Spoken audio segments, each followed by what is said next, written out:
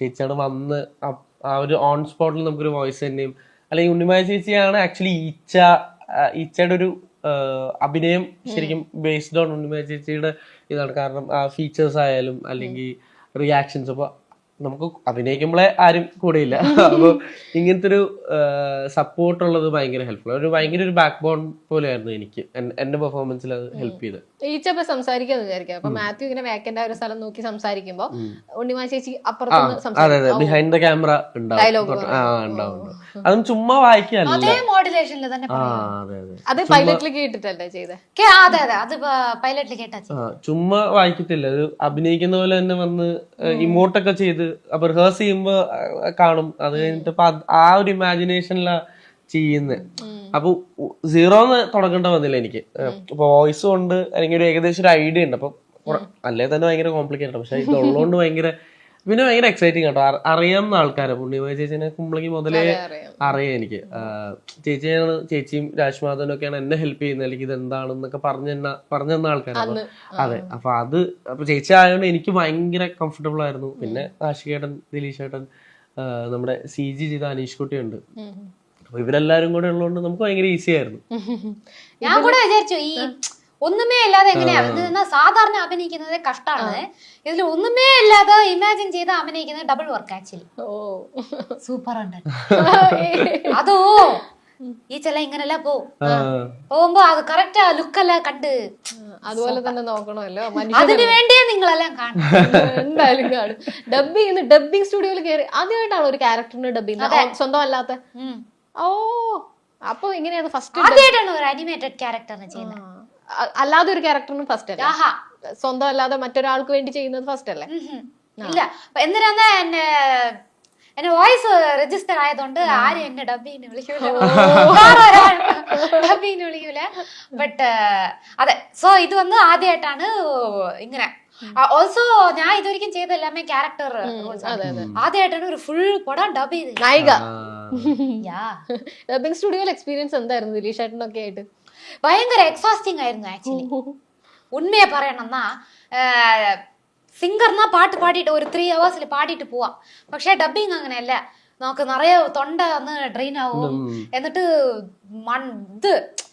മണ്ട വേദനിക്കും. അതിന്റെ പേരെന്താ, തല ഒരു മാതിരി കിറുന്നുണ്ടാവും.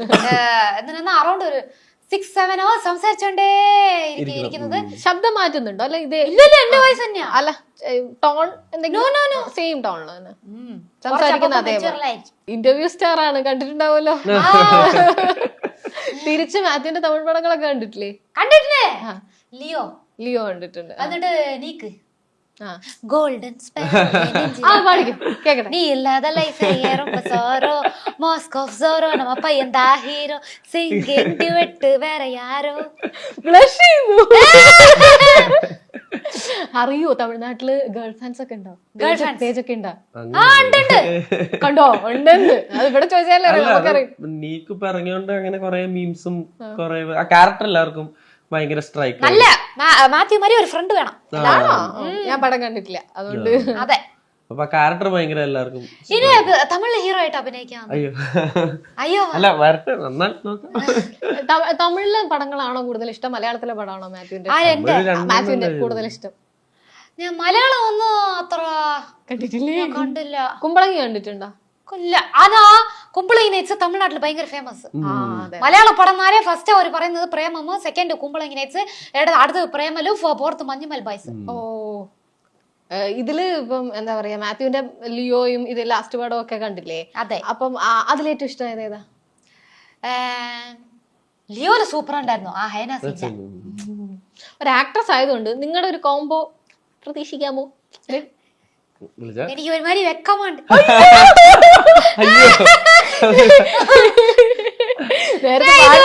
എന്താ പറയണ്ടേ, നായികയായിട്ട് അഭിനയിച്ചില്ല. എല്ലാ ക്യാരക്ടർ റോൾ തന്നെയല്ലേ ഡോൺ വന്നിട്ടുള്ള. അപ്പൊ ഇൻട്രസ്റ്റ് ഉണ്ടോ? അങ്ങനെ ഉണ്ട്, ഇല്ലെങ്കിൽ ആരെങ്കിലും പറയാം. ഇത് ഈ ഇന്റർവ്യൂസിന്റെ താഴെയൊക്കെ ഇപ്പൊ ഓരോ പ്രൊമോഷന് കൊടുക്കുന്ന സമയത്ത് പലതരം കമന്റ് വരും. ഇപ്പൊ മാത്യുവിന്റെ കരിയർ എടുത്ത് നോക്കിയാലും ഫേസ്ബുക്കിലൊക്കെ മാത്യു എന്ന് അടിച്ചാൽ പല ടൈപ്പ് ഓരോരുത്തരുടെ പോസ്റ്റ് ഉണ്ടാവും, അഭിപ്രായങ്ങൾ തന്നെ. ഇതൊക്കെ ഫോളോ ചെയ്യോ? കാണാറുണ്ടല്ലോ. എടുക്കുവോ അതിൽ എന്തെങ്കിലും പോസിറ്റീവ്സോ നെഗറ്റീവ്സോ? പോസിറ്റീവ്സ് എടുക്കും ഡെഫിനറ്റ്ലി. നെഗറ്റീവ്സ് അല്ല, നെഗറ്റീവ് എന്നല്ല, ഇപ്പൊ എന്തെങ്കിലും ഒരു ക്രിറ്റിസിസം ആണ്, അത് അതിന് ഒരു അർത്ഥമുണ്ട്, അല്ലെങ്കിൽ if that criticism make sense അത് ഉറപ്പായിട്ടും എടുക്കും. അല്ലെങ്കിൽ അത് നോക്കും, വായിക്കും, എല്ലാം വായിക്കും, എല്ലാം അറിഞ്ഞിരിക്കാൻ ശ്രമിക്കാറുണ്ട്. പക്ഷെ എനിക്ക് ഒരേ ആശ്ചര്യമുണ്ട്. ആശ്ചര്യം മലയാളത്തിൽ എന്താ അത്? അത്ഭുതം. എനിക്ക് ഒരേ അത്ഭുതമായിട്ടുണ്ട്. മാത്യു നേരിൽ കണ്ട ഒരു മാതിരി ഏതോ ആരുടെയോ പടത്തിന് വന്നിരുന്ന മാതിരിയെ ഒരു മാതിരി ഇരുന്നിട്ട്, പക്ഷെ പെർഫോമൻസ് എന്ന് പറയുമ്പോ എങ്ങനെയാ മാറുന്നത്? ഞാൻ വിചാരിച്ചു മാത്യു കുറച്ച് എക്സ്ട്രോവേർട്ടാ അങ്ങനെയെന്ന്, പക്ഷെ ഭയങ്കര സൈലന്റ് ആയിട്ട്. അറിയില്ല, വീണ്ടും വ്യക്തമാണ്.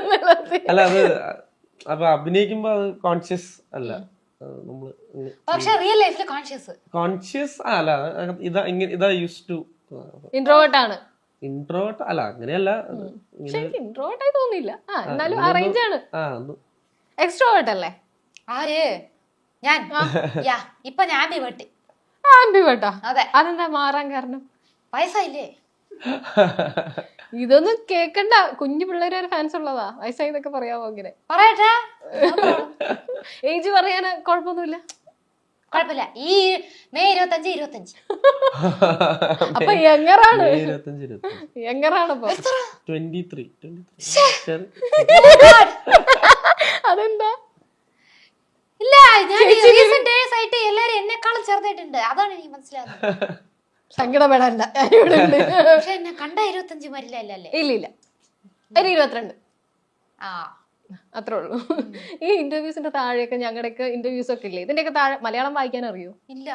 അപ്പൊ കുഴപ്പമില്ല, സ്ക്രീൻഷോട്ട് എടുത്ത് ഗൂഗിൾ ട്രാൻസ്ലേറ്റ് അങ്ങനെ നോക്കുക. കമന്റ് ഒക്കെ എനിക്ക് അമ്മാനെ ഇരിക്കാൻ വെച്ച് വായിക്കാൻ വെക്കും. എന്താ അപ്പൊ അമ്മയൊക്കെ ഇരുന്ന് ഇങ്ങനെ വായിച്ചിട്ട് കമന്റ് ഒക്കെ വായിച്ചിട്ട് പറയാം? അമ്മയുടെ അടുത്ത് പറയും, നിങ്ങളുടെ മോളെ ഞങ്ങൾക്ക് തരുമെന്ന്. അങ്ങനെയാ നിറയെ പേര്. മല്ലു കമന്റ്സും തമിഴ് കമന്റ്സും എന്താ വ്യത്യാസം എപ്പോഴും തോന്നാറ്? ഞാൻ സർപ്രൈസിംഗ്ലി വന്ന് രണ്ടും സെയിം ആയിട്ട് തന്നെ ഇരിക്കുന്നത്. ഞാൻ വിചാരിച്ചു ഞാൻ കുറച്ച് മലയാളം വന്ന് കുറച്ച് ഇങ്ങനെ മിക്സ് ആയി അടിച്ച് സംസാരിക്കുന്നുണ്ട് ആൾക്കാരെന്നെ അക്സെപ്റ്റ് ചെയ്യില്ല എന്ന് വിചാരിച്ചു. പക്ഷേ തമിഴിൽ എന്നെ എങ്ങനെ അക്സെപ്റ്റ് ചെയ്തോ അതേപോലെ മലയാളത്തിലെ. ഇതില് ഏറ്റവും രസം ഇപ്പം കുറച്ച് മുതിർന്ന ഏജ്ഡ് ആയിട്ടുള്ള ആൾക്കാരൊക്കെ പറയുന്നത് എന്തൊരു ഓപ്പൺ ആയി കുട്ടി, എന്തോ ഓപ്പൺ ആയിട്ട് സംസാരിക്കുന്നത് എന്നുള്ള. അപ്പൊ ചില ആൾക്കാർ പറയില്ലേ പെരിയ സിംഗർ ഒക്കെയാണ്, ഇത്തിരി ജാടയൊക്കെ ആവാം പറയും. എപ്പോഴും കണ്ട അതാ പറയുന്നേ. അതെങ്ങനെയാ ജാട കാണിക്കുന്നത് എനിക്കറിയില്ല. ഇപ്പൊ ഇന്റർവ്യൂവിന് അച്ഛന്റെ കൂടെയാ വന്നിട്ടുള്ളത്, അമ്മ വന്നിട്ടില്ല. സാധാരണ നമ്മൾ എപ്പോഴും അമ്മയുടെ കൂടെയാ കാണാറ്. അമ്മ വന്ന് നാട്ടില, ചെന്നൈയിലാണ്. അപ്പൊ ഇങ്ങനെ പറഞ്ഞു വിടുമ്പോഴേ ഇപ്പം എന്റെ അടുത്തൊക്കെ ആണെങ്കിൽ ഇപ്പം അമ്മയൊക്കെ പറയും നല്ല വല്ല ഡ്രസ് ഇട്ടിട്ട് പോണേ എന്നാ പറയാ. അതുപോലെ ഈ ഷോസിന് ഇന്റർവ്യൂ ഈ ഡ്രസ്സേ അമ്മ വേണ്ടെന്നാ പറഞ്ഞേ.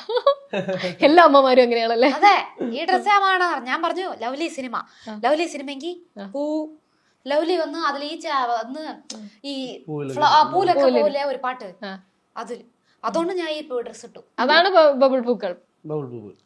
അതിലാണ് ശബ്ദമുള്ള പാട്ട്.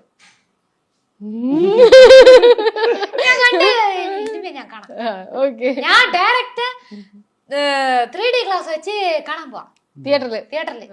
അല്ലെങ്കിൽ അപ്പൊ അമ്മ ശരിക്കും വേറെ എന്തൊക്കെയാ പറഞ്ഞു വിടുക ഇങ്ങനെ അമ്മ വരാത്ത ഇവന്റ്സിന് വരുന്ന സമയത്ത്? കഴുത്തില് മാല ഇടണം എന്ന് പറയും. ജസ്റ്റ് ആ ഒരു കാലഘട്ടത്തിലെ അമ്മമാരുടെ സ്ഥിരം സാധനം തോന്നുന്നല്ലേ? കഴുത്തില് മാല ഇടണം, കയ്യില് വള ഇടണം, കാതില് കമ്മലിടണം, കണ്ണെഴുതണം, അത്രേ ഉള്ളൂ. ഇതൊന്നും ഞാൻ ചെയ്യില്ല. ഈ തുടക്കത്തിലൊക്കെ പടം ചൂസ് ചെയ്യുമ്പം പാരന്റ്സിന്റെ ഒരു ഇൻവോൾവ്മെന്റ് അതിലുണ്ടായിരുന്നു? ഇല്ല, അങ്ങനെ ഒരു ഇത് ചെയ്യാ അത് ചെയ്യാ അല്ലെങ്കിൽ ഇത് എന്നുള്ളൊരു ഇതുണ്ടായിരുന്നില്ല. എന്റെ വഴിക്ക് ഫ്രീ ആയിട്ട് വിടുമായിരുന്നു. അല്ലെങ്കിൽ അതുപോലെ ഞാൻ തന്നെയാണ് എന്ത് ചെയ്യണം അല്ലെങ്കിൽ എന്ത് ചെയ്യണ്ട എന്നുള്ളൊരു തീരുമാനം എടുക്കുന്നത്. പക്ഷെ അതൊരു ക്രൂഷ്യൽ ഏജ് അല്ലേ? നമുക്ക് എടുത്ത് ചാടാൻ സാധ്യതയൊക്കെ ഉള്ള ഒരു ഏജില് ഇത്ര കൃത്യമായിട്ട് ഇത്ര മെച്ചുവേർഡ് ആയിട്ട് അല്ല, അങ്ങനെയല്ല. ഞാൻ അന്ന് മുതലേ നോക്കിയതെന്താന്ന് വെച്ചാൽ ഇഷ്ടപ്പെടുന്നത് ചെയ്യുക എന്നുള്ളതായിരുന്നു. ഇത് ഇഷ്ടമാണെന്ന് എപ്പോ പറഞ്ഞു? ഏതാ ലവ്ലിയോ? ഫസ്റ്റ് സിനിമ കിട്ടിയപ്പോ ഓഡിഷൻ കഴിഞ്ഞിട്ട് കുമ്പളങ്ങി. അതിന്റെ ഒരു ഓഡിഷൻ കഴിഞ്ഞ് വൺസ് എന്റെ പ്രീ സമയത്ത് ഓരോ കാര്യങ്ങൾ ചെയ്തു തുടങ്ങിയപ്പോ മനസ്സിലായി എനിക്കിത് ഇഷ്ടമുള്ള. അതുവരെ എനിക്ക് അങ്ങനെ പ്രത്യേകിച്ച് ഒരു കാര്യത്തിനോട് ഒരു ഇൻട്രസ്റ്റ് ഉണ്ട്, പക്ഷെ ഒന്നും അങ്ങനെ ലോങ് ലാസ്റ്റിംഗ് അല്ലായിരുന്നു. ഇല്ല, കുഴപ്പമില്ല, സിനിമ ഉണ്ടല്ലോ. ഞാൻ ചോദിക്കാനുള്ള ചോദ്യം ചോദിച്ചു. എന്തായാലും ചോദിക്കാനിരുന്നു. അല്ല, അത് കോളേജിൽ പോകാൻ പറ്റില്ല. പക്ഷെ ഇതിപ്പോ ഇതുണ്ടല്ലോ, അപ്പൊ ഒരു സാക്രിഫൈസ്. ഇത് long distance, I mean long distance. ഓ ചേച്ചിക്ക് ഏതോ പ്രശ്നമുണ്ട്. ലോങ് ഡിസ്റ്റൻസ് കോഴ്സാണ്. ഒരു നിമിഷം പോയി. ലോങ് ഡിസ്റ്റൻസ് ആയിട്ട് കോഴ്സുകൾ, ഓൺലൈൻ കോഴ്സുകളാണോ? ഇത് മാറിപ്പോയി. ഡിസ്റ്റൻസ് എഡ്യൂക്കേഷൻ എടുത്തിട്ട് മന്നിച്ചെടുക്കാൻ ഇല്ല, അതും നോക്കി. പക്ഷെ ഈ പറഞ്ഞ പോലെ ഷെഡ്യൂളുകൾ ഒക്കെ ആയിട്ട് രണ്ടിലും കോൺസെൻട്രേറ്റ് ചെയ്യണം. അപ്പൊ ചിലപ്പോ നമ്മുടെ കോൺസെൻട്രേഷൻ ഫുൾ ആവും. അപ്പൊ അതിനും ഭേദം ചെയ്യുന്നത് വൃത്തിക്ക് ചെയ്യുക എന്നുള്ളതാണ്. ഏതോ ഒരു ഇന്റർവ്യൂല് മുമ്പ് പറഞ്ഞു, എനിക്ക് അഭിനയം മാത്രമേ അറിയുള്ളൂ, വേറെ പണി അറിയില്ല എന്ന് പറഞ്ഞു. എല്ലാവരും കൂടെ അതിന് കുറെ കമന്റ് വരുന്നു. ശരിക്കും അത് ആ ഒരു മീനിങ് തന്നെയല്ലേ പറഞ്ഞത്? അതായത് ഞാൻ ഇതേ ചെയ്ത് ശീലിച്ചിട്ടുണ്ട്. എന്താ പറയാ, പലരും പറഞ്ഞു ഈ ഏജിലെ ഇങ്ങനെ പറയാൻ തുടങ്ങിയാലൊക്കെ. അല്ല അങ്ങനെയല്ല, അത് എന്താന്ന് വെച്ചാ ഇതാ ഞാൻ ചെയ്യുന്നത്.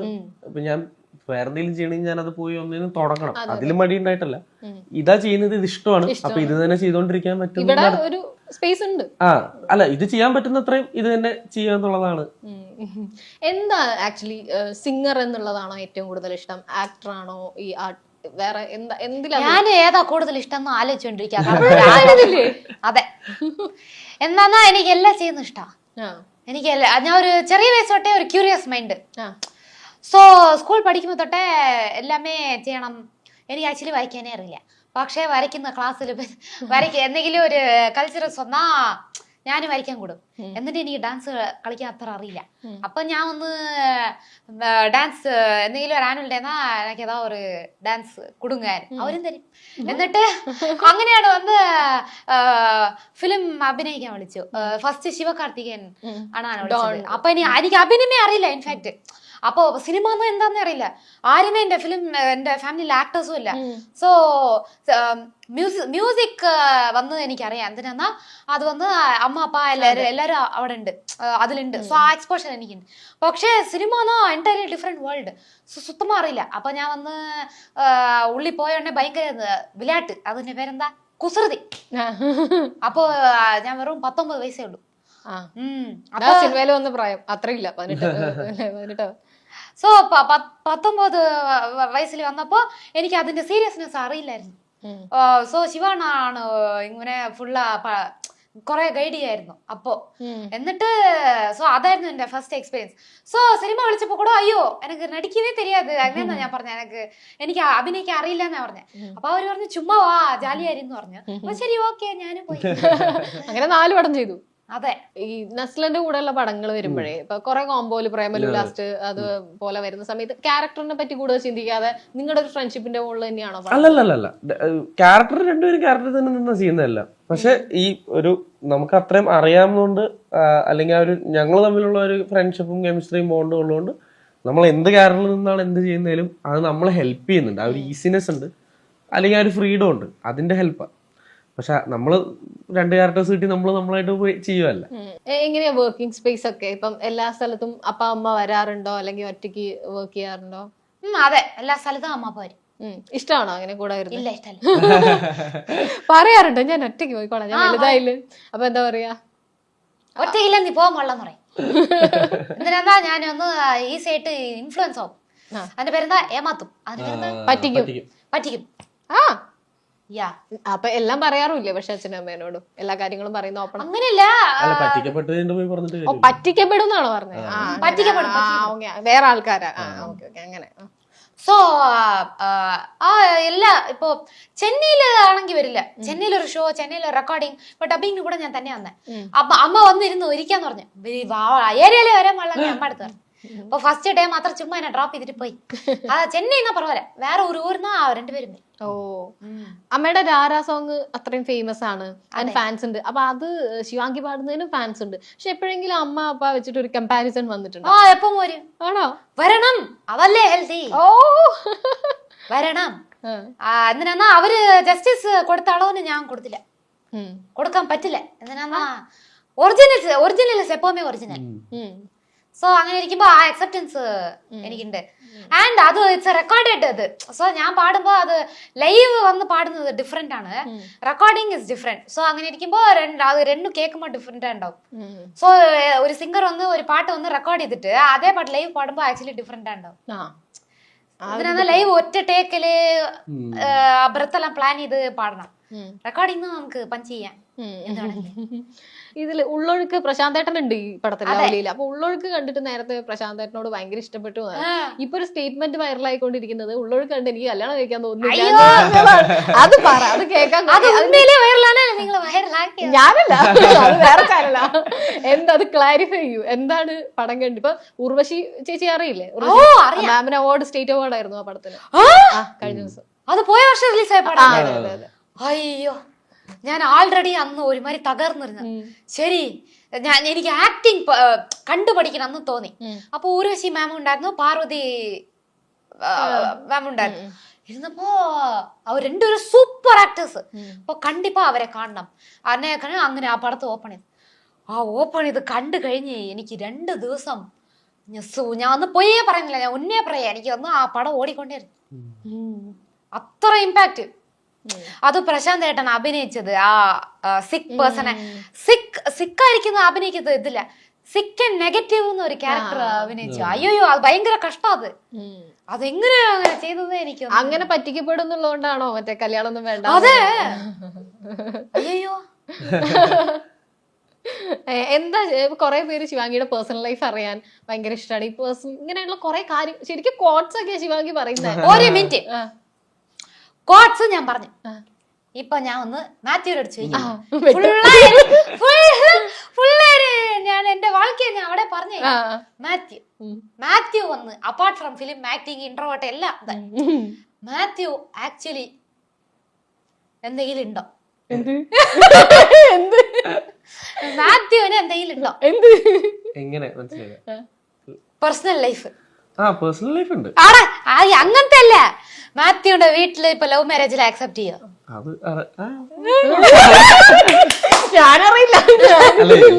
അറിയില്ല. ശിവാംഗിയും മാത്യുവുമൊത്തുള്ള ഒരു വീഡിയോ ആണ് ഇത്.